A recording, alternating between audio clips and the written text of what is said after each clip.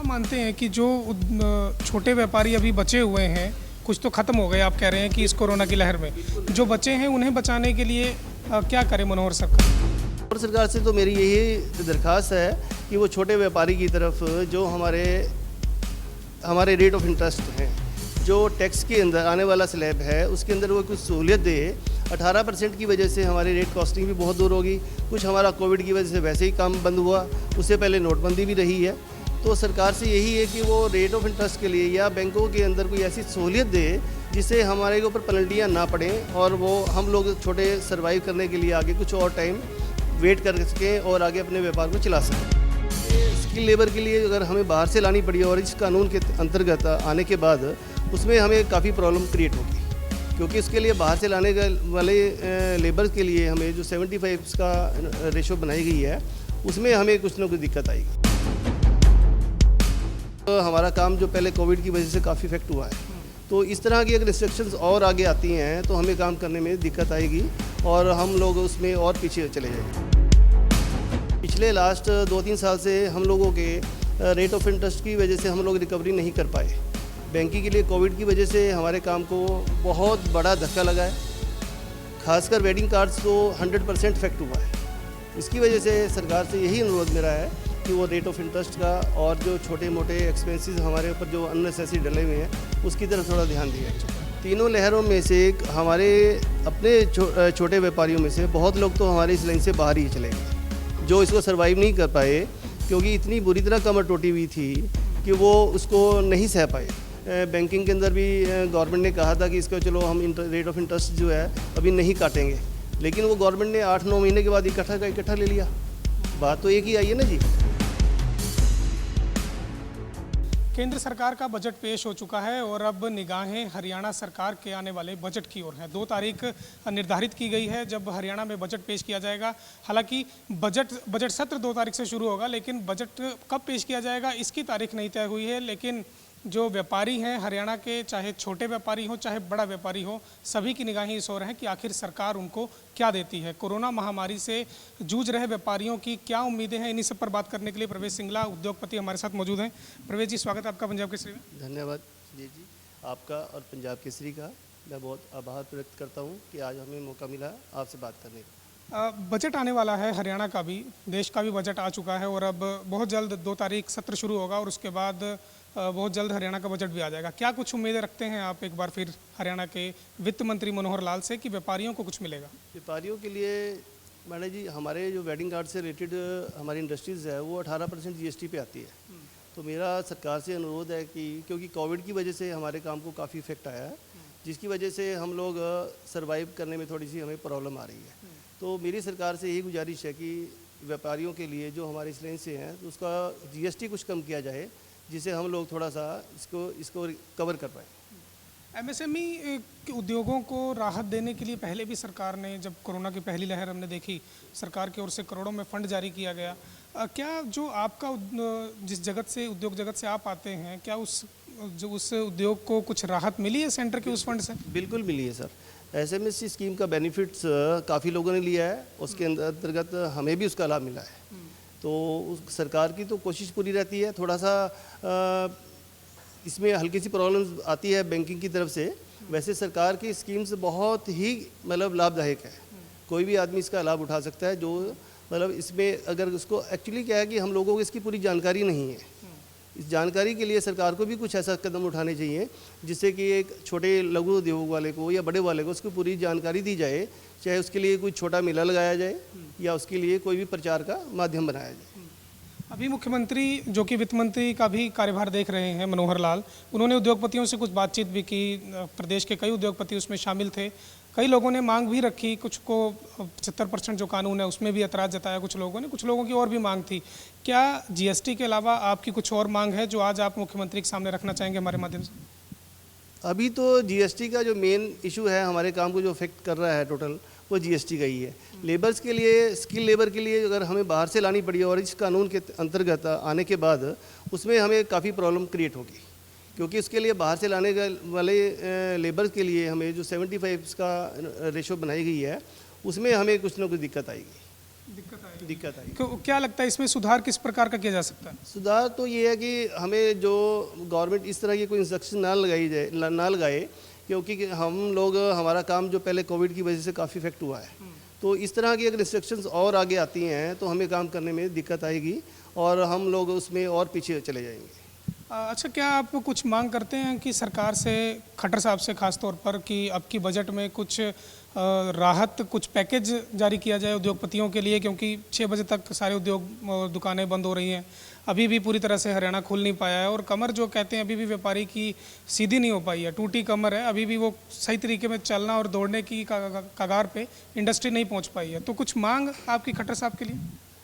देखिए, ऐसा है कि इंडस्ट्रीज़ तो जो छोटा लघु उद्योग है या बड़ा, उसको इफेक्ट आया है, ये तो क्लियर है। इसमें तो कमर आम छोटे व्यापारी की टूटी है बहुत बुरी तरह से। सरकार से मेरा यही अनुरोध है कि जो भी हमें फंड्स गवर्नमेंट प्रोवाइड कराती है, उस स्कीम के अंतर्गत उसको कोई रेट ऑफ इंटरेस्ट नॉर्मल रखे जाएँ, जिसके अंदर कोई ऐसी इंस्ट्रक्शन भी ना होगी छोटे दुकानदार के लिए कि किस टाइम ओपन करना है और किस टाइम उसको 6 बजे दुकान बंद करनी है। तो यही सरकार से अनुरोध है कि उसका समय सीमा बढ़ाई जाए और हमें जो रेट ऑफ इंटरेस्ट के अंदर कुछ ना कुछ उसकी कंसेशन दी जाए, ताकि हम अपने व्यापार को ढंग से चला सकें। पिछले लास्ट 2-3 साल से हम लोगों के रेट ऑफ इंटरेस्ट की वजह से हम लोग रिकवरी नहीं कर पाए। बैंकिंग के लिए कोविड की वजह से हमारे काम को बहुत बड़ा धक्का लगा है, खासकर वेडिंग कार्ड्स तो 100% इफेक्ट हुआ है। इसकी वजह से सरकार से यही अनुरोध मेरा है कि वो रेट ऑफ इंटरेस्ट का और जो छोटे मोटे एक्सपेंसेस हमारे ऊपर जो अननेसेसरी डले हुए हैं, उसकी तरफ थोड़ा ध्यान दिया जाए। और केंद्र सरकार की तरफ से एक राहत भी दिया गया कि अब आरटीआर आप 3 साल में भी एक बार फाइल कर सकते हैं। जीएसटी को की जो तत्काल भरने का जो एक डंडा चल रहता था, उसमें कुछ ना कुछ राहत मिली है, तो उसको कैसे देखते हैं आप? अभी इसके बारे में जब तक वो प्लेटफार्म पे हमारे पास प्रैक्टिकल में नहीं आती, तो उसके बारे में, इसके बारे में कुछ भी कहना सही नहीं है, क्योंकि अभी वो एक सिर्फ वक्तव्य है, एक गवर्नमेंट की इंस्ट्रक्शंस हुई हैं। तो इसके बारे में जब तक वो हम लोगों के बीच में इम्प्लीमेंट होगी, उसके बाद ही इसके बारे में कुछ हम कह पाएंगे। अच्छा, अभी आप उद्योगपति होने के नाते आप तो कुछ रिबेट सरकार से मांग रहे हैं कि आपको टैक्स में छूट दी जाए, या आपको जीएसटी में कुछ रेट ऑफ इंटरेस्ट में छूट दी जाए, या जीएसटी में कुछ प्रकार की राहत दी जाए।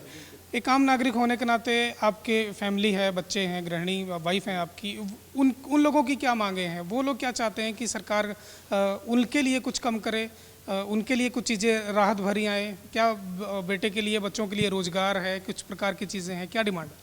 देखिए, ऐसा है, हमारी पूरी फैमिली इस काम के अंदर है। मैं, मेरा वाइफ, बेटा और बेटे की वाइफ।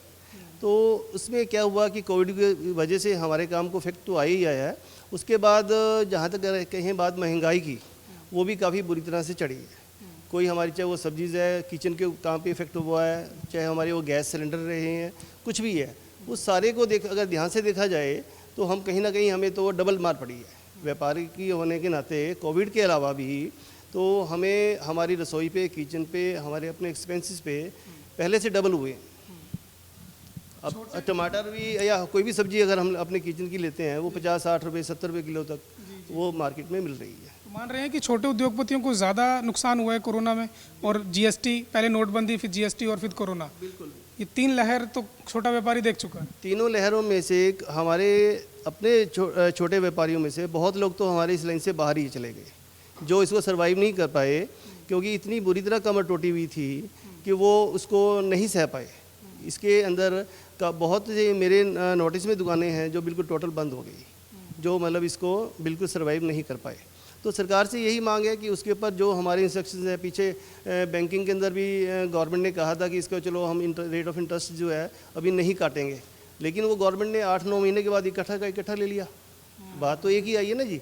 तो जो जहाँ तक दुकानदार को है कोई सपोर्ट, कोई सहूलियत तो मिली नहीं, रेट ऑफ इंटरेस्ट में कोई सहूलियत नहीं मिली, किसी तरह की रिलैक्सेशन तो व्यापारी को मिली ही नहीं। जो हमारे लोन्स हमारे स्टैंडिंग कर रहे थे, वो जूं के त्यों रहे, उल्टा उनके ऊपर इंटरेस्ट पे इंटरेस्ट ही लगा है। सरकार ने जो बोला था वो हुआ नहीं। सरकार ने अपनी तरफ से तो कोविड के लिए एक राहत यही दी थी कि वो अभी इंटरेस्ट ना भरे, 1 महीने का, 2 का, 3 का, लेकिन जैसे ही वो 6 महीने हुए, 6 महीने के बाद उन्होंने 7 महीने का इंटरेस्ट इकट्ठा ही अकाउंट्स में लगा दिया। हालांकि सुप्रीम कोर्ट की तरफ से ये कहा गया था कि ब्याज पर ब्याज नहीं लिया जाएगा। हाँ जी, हाँ जी। तो गवर्नमेंट के मतलब कहने में और उसमें करने में तो फ़र्क है जी। ये चीज़ तो सामने है कि या तो उसमें राहत इस तरह की दी जाती है कि वो विदाउट इंटरेस्ट उसको वो स्टैंडिंग रखते या उसमें अकाउंट में ना डालते।